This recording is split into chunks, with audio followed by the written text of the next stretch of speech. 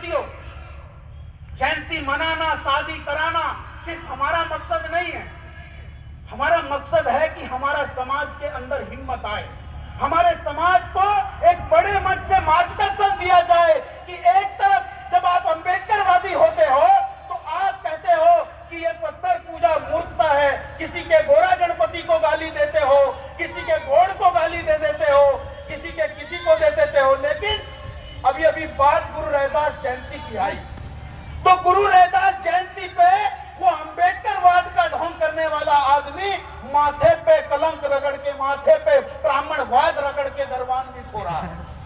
गुरु रैदास कहते हैं, ऐसो चाहूं राज में मिले सबन को अन्न, छोटे बड़े सब संग से रविदास रहे प्रसन्न। प्राधीनता पाप है जान लियो रे मीत, प्राधीन तो बेदीन है सभी समझे हीन। मैं एक स्वतंत्र इंसान बनाना चाहता हूं, आजाद मजबूत इंसान बनाना चाहता हूं, ये गुरु रैदास कहते हैं। गुरु रैदास कहते हैं, जात पात के फेर में उलझ रहे सब लोग, मानुषता को खात है रविदास जाति का रोग। जाति को रोग बोले और आज उनको तो छोड़ दो जो इस देश को जातिवाद की दलदल में दबा के मारना चाहते हैं, उनको बात करना चाहते हैं जो जातिवाद को खत्म करने की बात तो करते हैं लेकिन आज जाति पर गर्व करने की गलती कर रहे हैं। गुरु रैदास कहते हैं, जात पात के फेर में उलझ रहे सब लोग, मानुषता को खात है रविदास जाति को रोग। अरे तो जाति का रोग है, इसको फेंक दो।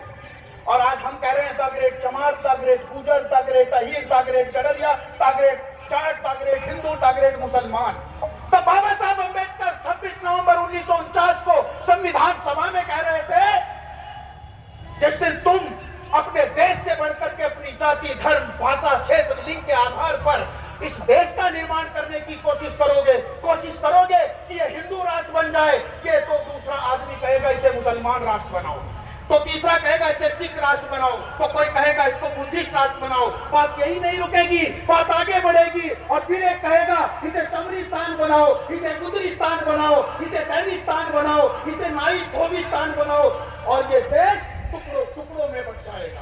बाबा साहब कह रहे हैं, मैं नहीं कह रहा हूं। बाबा साहब कह रहे हैं कि जिस दिन तुम इस देश को हिंदू राष्ट्र बनाने की सोचोगे, मुस्लिम राष्ट्र बनाने की सोचोगे, तो कुछ लोग जाति के आधार पर देश बनाने की बेवकूफी करेंगे और ये देश टुकड़े टुकड़े हो जाएगा और ये देश फिर एक बार गुलाम हो जाएगा। और मैं चाहता हूं कि तुम अपनी आजादी की एक आखिरी बूंद तक, अपने खून की आखिरी बूंद तक अपनी आजादी की रक्षा करो। मैं शुरू में और अंत में सिर्फ भारतीय हूं, ना हिंदू, ना मुसलमान, ना चमार, ना पासी, ना खटीक। अगर ये कहने की हिम्मत मूल निवासी बहुजन समाज के लोगों के अंदर आ गई तो ये भारत का संविधान जो बाबा साहब अम्बेडकर ने लिखा, ये पूरा लागू हो सकता है। हम भले ही कितने बड़े संगठन में हो, हम भले ही फॉर्च्यूनर में घूम रहे हो और मेरे जैसा आदमी भले पैदल घूमता हो, आपको लगता है फॉर्च्यूनर वाला ही नेता है। मैं उन नेताओं से पूछना चाहता हूं जो हेलीकॉप्टरों में घूमते हैं। मैं आपको बताना चाहता हूं, एक भी राजनीतिक नेता से एक फूटी कौड़ी हमने नहीं मांगी, फिर भी आपको इतना बड़ा कार्यक्रम हमने आयोजित करके दिखाया।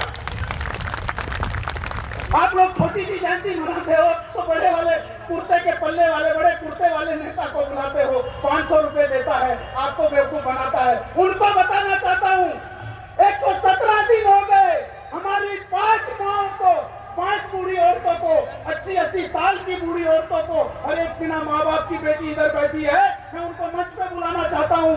वो 117 दिन से हरिद्वार के कंखल में धरने पे बैठी है, उनकी जमीन पूंजीपतियों ने हड़प ली है और एक नेता ने जाकर झांका नहीं।